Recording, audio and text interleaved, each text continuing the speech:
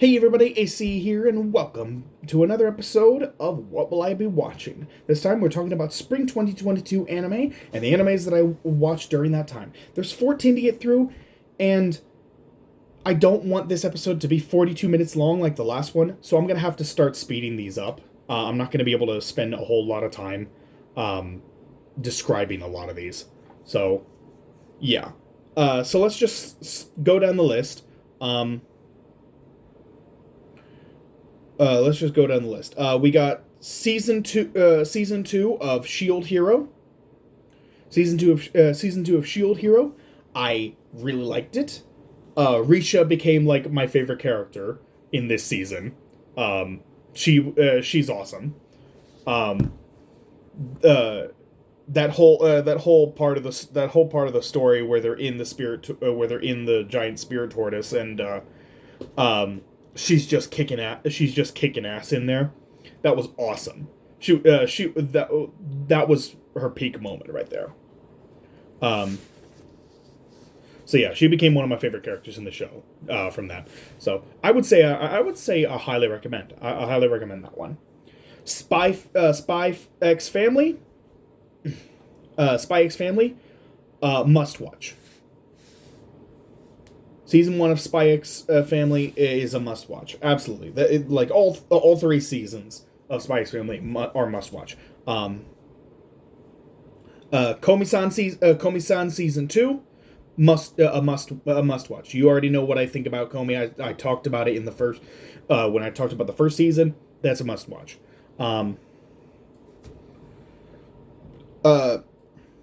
Shikamori's not just a cutie. I would not recommend that one. It was kind of boring, to be honest.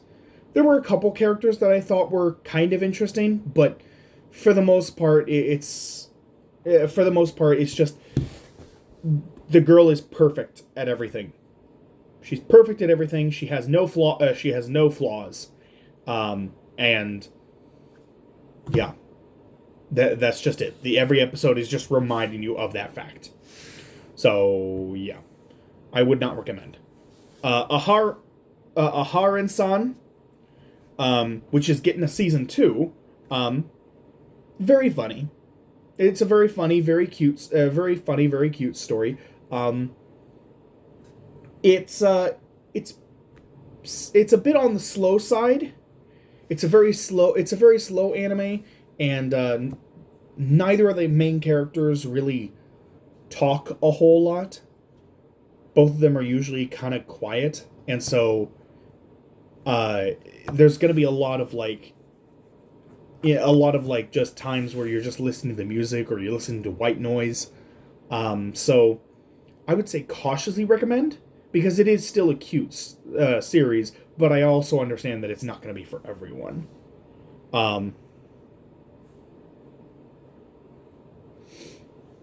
So, trapped in a dating sim. This one is actually hilarious because the main character did not even like the game that he got trapped in. He was basically forced to 100% a game that he hated by his big sister. His big sister basically blackmailed him and was threatening to like spread embarrassing photos of him throughout his school if he didn't 100% complete a game of hers that she wanted him to do. So he beat it. He beat it, and he had till like the end of the weekend. So he had like 2 days, and it's like it's like a 100-hour game, and so like he just stayed up. He just stayed up, and just did everything. Did not sleep for like 2.5 days, and then finally managed to get everything done. He's super hungry, super tired. So he steps out of his apartment, ready to just go to the convenience store, buy something quick to eat, and then go to bed. And then on his way out, he trips, falls down the stairs, dies, and then is reborn in the game that he hates, that he was just forced to finish. as a mob character. He's not even one of the main guys. But because he 100% of the game, he knows where all of the best gear is, and so he goes and basically gets all that. He basically goes and gets all that stuff, um, and he starts to raise his rank because in this world, women choose women choose male partners, and the lower the status you have, the more likely it is you'll end up just being chosen as being a husband for some fat old woman, you know. And so like the higher status you have, the more likely it is you'll actually get to marry someone beautiful.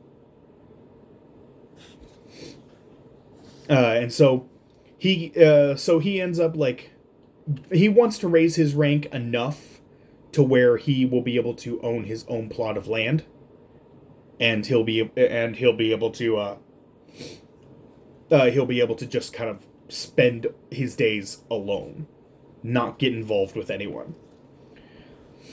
And he ends up befriending the main character of the game, as well as the villainess of the game, and like through him, the two of them actually start to get along. And but he's not the only one. He's not the only one who's in this game. Someone else is in this game, and she's manipulating everything behind the scenes in order to manipulate all of the conquerable routes into loving her instead of the main character. Instead of the Ultimate game main character. But yeah, so like it is a very funny series. The main character just has no shits to give.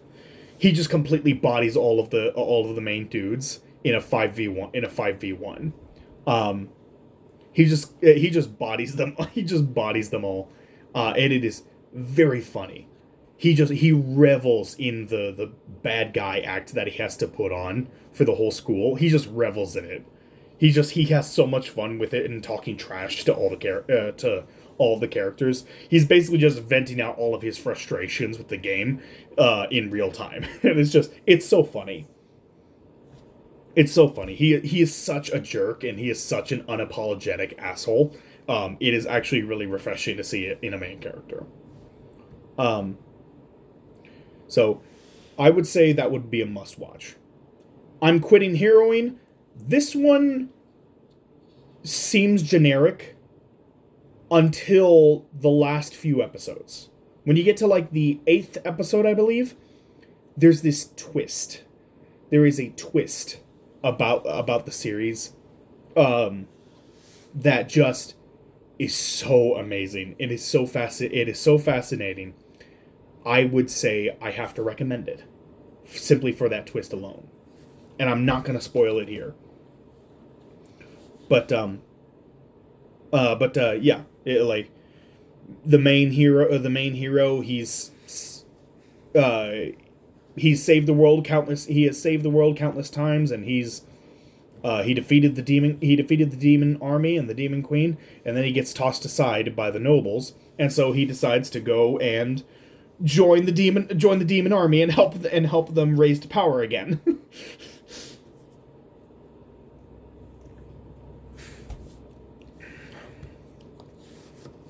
Then next is Skeleton Knight in another world. This is basically what would happen if Ainzul Gone was a paladin instead of a mage. If Ainzul Gone was a paladin instead of a mage, I imagine this is what he would be like.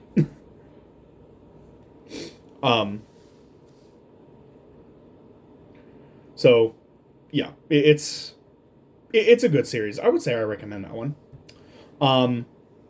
Next is The Greatest Demon Lord is Reborn as a Typical Nobody. The first, 3 or 4 episodes were really good. and then it becomes very mid. It never gets bad, but it never gets as good as the first, like, 4 episodes. So I would say cautiously recommend that one. And that's another fantasy where, he starts off in the fantasy world and then is reborn in the exact same fantasy world. So it's not an isekai, it's a fantasy. So, The Dawn of the Witch. That one has some really good characters, and a really interesting story. The one thing that holds it back is the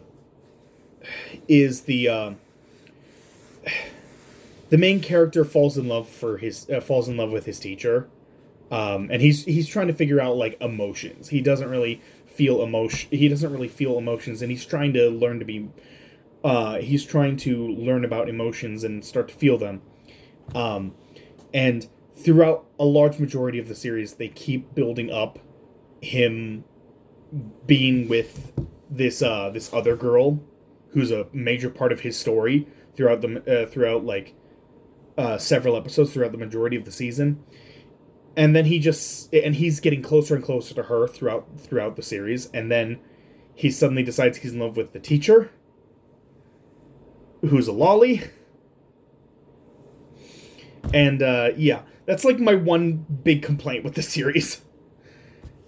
But like most of the rest of the series is really good. So I would say cautiously recommend this one, to be honest. And let's see, what's next? Ascendance of Bookworm Season 3, a must-watch. That is absolutely a must-watch. I've already talked about what I thought about the first 2 seasons, so I'm not going to go into it. That. Love After World Domination. Basically, what would happen if the Red Ranger fell in love with, oh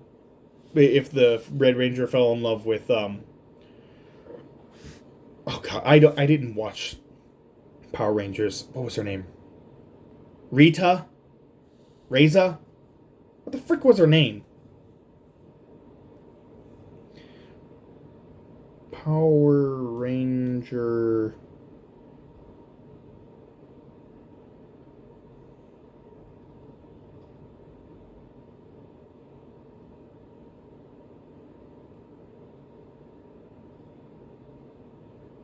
Rita! It is. It's Rita Repulsa. Yeah. It's basically that. Except in this one, Rita Repulsa is an incredibly sexy and busty blonde in a dominatrix outfit. And yeah, it's basically what would happen if 2 mortal enemies fell in love and started dating in secret. It is a very funny series and a very cute romance. So I would say I would recommend that one.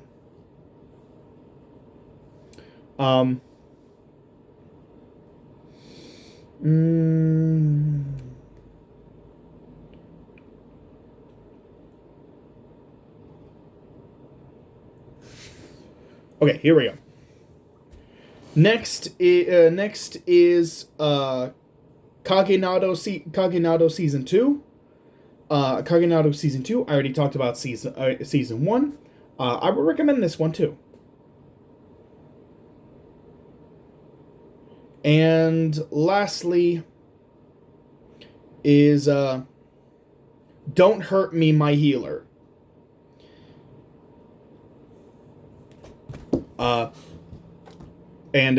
Main dude he just wants a healer that will have his back. But the healer he gets is constantly using like fireballs and thunder spells and all that, and like injuring him first before she heals him. On purpose, not even on accident, like on purpose. Like she is purposefully hurting him just so she can heal him again. And that's the joke. That's the one joke.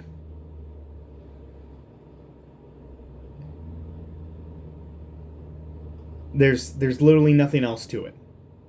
They introduce a few other characters, but those characters do pretty much nothing in the whole series.